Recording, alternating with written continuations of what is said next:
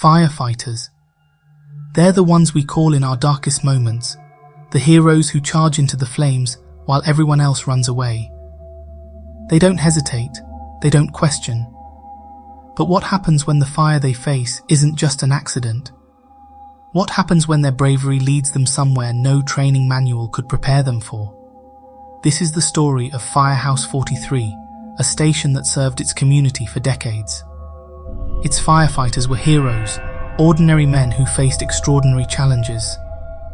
But one night, a call came in, a factory fire on the edge of town. It seemed like a routine response. It wasn't. That night, 5 firefighters entered the Halstead factory. None of them came back. The building collapsed, and with it, the lives of those who tried to save it. For years, the town mourned their loss. But as time passed, whispers began to spread. Whispers that the firehouse itself wasn't what it seemed. The Halstead factory fire was unlike any other. Witnesses described flames that burned hotter and moved faster than they should have. By the time the first crew arrived, the building was fully engulfed. Captain Hughes and his team entered without hesitation, knowing every second counted. The last communication from inside came through on the radio, fragmented and frantic. "We're surrounded, it's..." Then silence. The official report blamed the intensity of the fire for their deaths. But there were inconsistencies no one could explain. Why had the fire spread so quickly? Why were the bodies never recovered? And what exactly had they seen in their final moments? After the tragedy, Firehouse 43 was shut down, left to decay. But it didn't stay silent for long. Residents reported strange occurrences, lights flickering in the windows, the sound of boots walking across the floors, and voices calling out in the dead of night. Many dismissed these claims as the imaginations of a grieving town. But those who dared to approach the firehouse told a different story. One man claimed he saw a shadowy figure in the engine bay, standing where the fire truck once parked. Another swore he heard the sound of a fire alarm blaring, despite the building having no power. Over the years, paranormal investigators and skeptics alike tried to uncover the truth. Some brought cameras, thermal imaging devices, and audio recorders, hoping to capture evidence. And they did. One team recorded heat signatures in the shape of human figures, figures that shouldn't have been there. Another captured a voice on their radio, repeating the same words, "Mayday, it's alive." Some believed the fire had awakened something that refused to let go. Others thought the firefighters themselves were trapped, reliving their final moments in an endless loop. A year ago, a small team entered Firehouse 43 for what they thought would be just another investigation. They were wrong. They reported seeing a firefighter in full gear standing in the shadows of the engine bay. When they called out, the figure didn't move. Instead, it seemed to fade, leaving behind only the faint smell of smoke. But the most chilling discovery came from their audio recorder. While reviewing the footage, they heard a voice. It wasn't theirs. It said one word: "Run." To this day, no one can explain what happened to the crew of Firehouse 43, or what haunts the station now. Was it the fire itself, the lingering spirits of the lost firefighters, or something far older, tied to the land beneath the building? What we do know is this: the firehouse remains abandoned, a silent monument to tragedy, and those who enter rarely leave unchanged. But maybe you don't believe in ghosts. Maybe you think it's all just stories. If that's the case, I have one question for you. Would you dare to spend a night inside Firehouse 43? Fires are chaotic, unforgiving. They consume everything in their path without remorse, leaving behind only ashes and grief. But for those who run toward the flames, firefighters, it's a job like no other. They face danger head-on, knowing every call could be their last. Yet, it's not the heat or the smoke that haunts them. It's what they encounter in the silence between the crackling flames. This story is about one such encounter. Ashwood was a quiet town, far removed from the noise of the cities. Its fire department, though small, was a pillar of the community, a close-knit team known for their bravery. Leading them was Lieutenant Jack Keller, a veteran firefighter with over 20 years of experience. Jack had seen it all, but nothing could prepare him for what was to come. It began innocently enough. Isolated fires in abandoned places, a barn, a tool shed, an old warehouse. No injuries, no signs of arson, just destruction. At first, the team treated them as routine. But as the summer wore on, things began to change. Fires defied logic, spreading against the wind and behaving unnaturally. Whispers floated through the air during their missions, and shadows seemed to move where no one was standing. One night, Jack and his team responded to a fire at an abandoned warehouse. Inside, they found a corridor untouched by flames. At its center was a strange symbol scorched into the floor. As Jack examined it, a chill ran down his spine. Moments later, the flames erupted with unnatural force, nearly trapping the team. Though they escaped, the image of the symbol haunted Jack. The fires continued, growing more frequent and bizarre. Another led them to the infamous Hollow House, an old home surrounded by dark rumors. Inside, the fire recoiled, as if it were alive, revealing a room filled with burned symbols and phrases etched into the walls. The words he watches in the fire were burned deeper than the rest.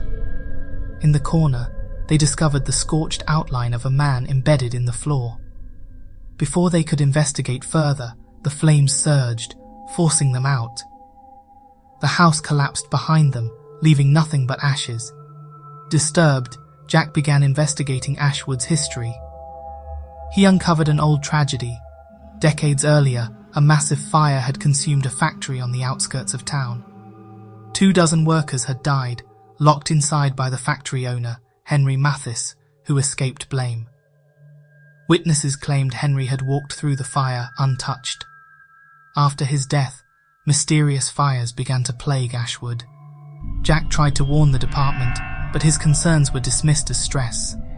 Even his closest teammate, Mike, struggled to believe him.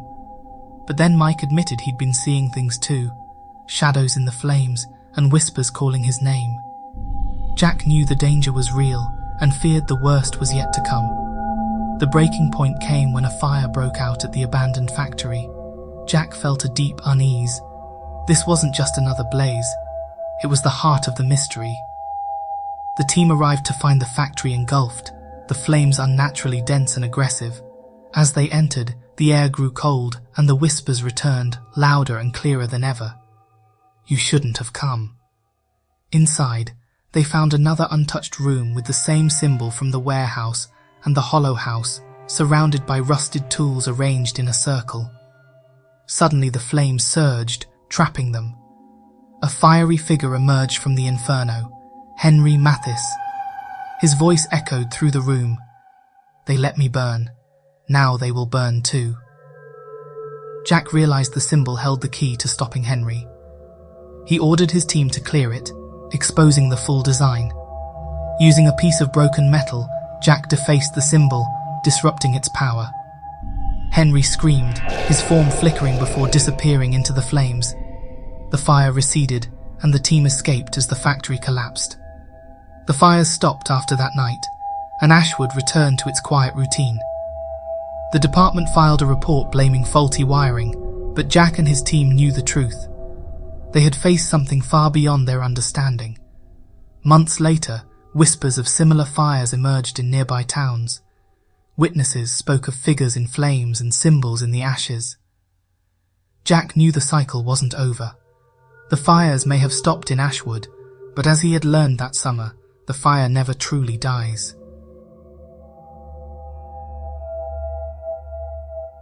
It was the dead of night when the call came in. It wasn't the first of its kind, but it was different. It always felt different. We, the fire crew, have dealt with countless fires, but there's something about this one that stays with you. And tonight, Something feels off. Something you can't explain. Maybe it's the way the smoke behaves. Maybe it's the heat that doesn't make sense. Or maybe it's just the silence. But it doesn't matter. We suit up, climb into the trucks, and drive off into the night. It's just another fire. Or is it? By the time we arrived, the flames had already engulfed the building. No surprise there. Fires, as you know, don't wait for anyone. But there was something else here. Something unsettling. The air felt thick, heavy, as if the very flames were watching us. It wasn't just heat. It was almost as if the fire itself was waiting. We entered the building, moving carefully through the structure. The usual chaos of cracking wood and the roar of flames filled our ears.